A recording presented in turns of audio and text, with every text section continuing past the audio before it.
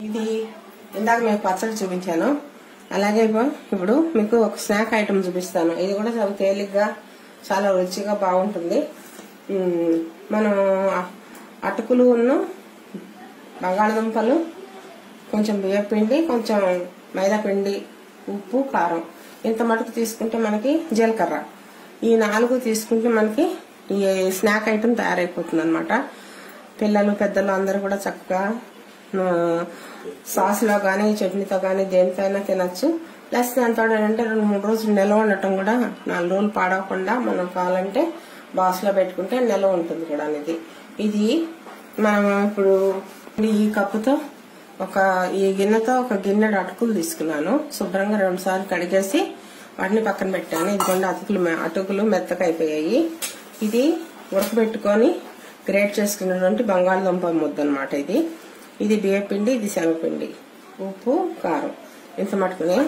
దీనికి మనం అటుకులతో బుల్లెట్స్ తయారు చేసుకొని తింటున్నామని మనం అటుకులతో బుల్లెట్ అనే ఒక పేరు దీనికి బాగా మ్యాచ్ అవుతుంది. అందుకని దాంతోనే ఆ పేరుతోనే దీన్ని నేను మీకు పరిచయం చేస్తున్నాను. ఇవన్నీ బాగా కలిపేసుకొని ముద్ద చేసుకున్న తర్వాత మనం చపాతీ ముద్దలాగా చేసుకున్న తర్వాత నేను మీకు మళ్ళీ చూపిస్తాను ఎలా చేయాలి ఏంటనేది. ఇందాక మీకు ఈ అటుకులు, మైదా పిండి, బియ్య పిండి, తర్వాత బంగాళదుంప ముద్ద, గ్రేట్ చేసిన ముద్ద, ఉప్పు, కారం, జీలకర్ర, కొద్దిగా ఇంగువ ఇవన్నీ కలిపి ఇలా ముద్దలాగా చేసుకున్నాం అనమాట. దీనికి నీళ్లు చల్లక్కర్లేదు. ఆటోమేటిక్ గా మనకి బంగాళదుంప తడిగానే ఉంటుంది కదా, అటుకుల్లో కూడా తడి ఉంటుంది. ఆ తడితోనే మనకి ముద్ద తయారైపోతుంది. బాగా పిసికేసేసి చక్కగా ఇట్లా మన చపాతీ పిండిలాగా చేసేసుకోండి.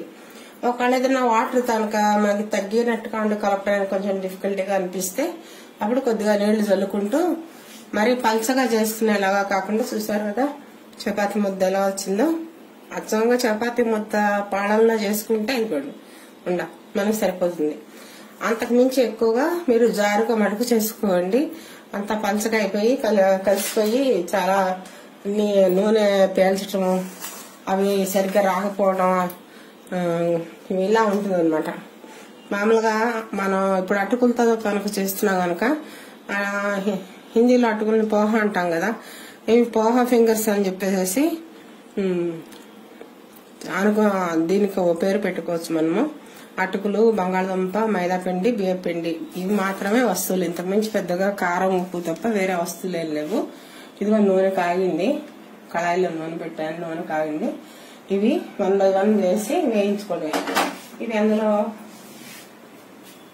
మన కనుక కావాలనుకుంటే పిండిలో కారం లేకుండా కూడా కొంచెం పిండి తీసి పక్కన పెట్టుకొని చిన్నపిల్లలు కారం తినలేరు కదా, అందుకని వాళ్ళ కోసం కూడాను సపరేట్ గా మళ్ళీ ఫింగర్స్ కొన్ని చేయొచ్చు. ఏదైనా సరే చేయటం తొందరగానే అయిపోతుంది, వేయించడం కూడా అలాగే తొందరగానే అయిపోతుంది. నిల్వ ఉండటం కూడా ఉంటాయి. ఇవాళ ఇప్పుడు వేయించుకున్నాం కదా అని ఇప్పుడు మొత్తం అన్ని ఏ బంగాళదుంప బజ్జీను, అటక బజ్జీను తిన్నట్టుగా వాటిని తినక్కర్లేదు. ఇవి 4-5 రోజులైనా నిల్వ ఉంటాయి, పాడవు అనమాట.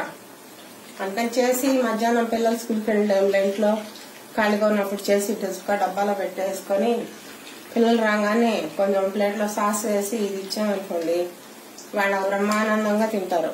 ఇష్టంగా, చాలా ఇష్టంగా తింటారు. ఎందుకంటే రుచి అంత బాగుంటుంది కనుక.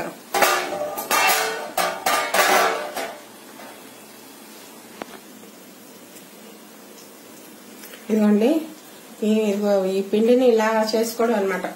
మొత్తం పిండి కలుపుకొని చక్కగా ఏ కుర్చీలో హాల్లో కూర్చొని టీవీ చూస్తూ అయినా ఇలాంటి పదార్థాలు తయారు చేసేసి పిల్లలు తినడానికి చిరుతిండి కింద వాళ్ళకి పెడుతూ ఉంటే కొంచెం డిఫరెంట్ గా ఫీల్ అయ్యి అమ్మ బాగా చేస్తుంది, చక్కగా అన్ని పెట్టేస్తుంది, ఎంత టేస్ట్గా ఉందమ్మా, very good, I love you mummy, ఇలాంటి కాంప్లిమెంట్స్ అన్ని మీ పిల్లల దగ్గర నుంచి మీకు వస్తాయి.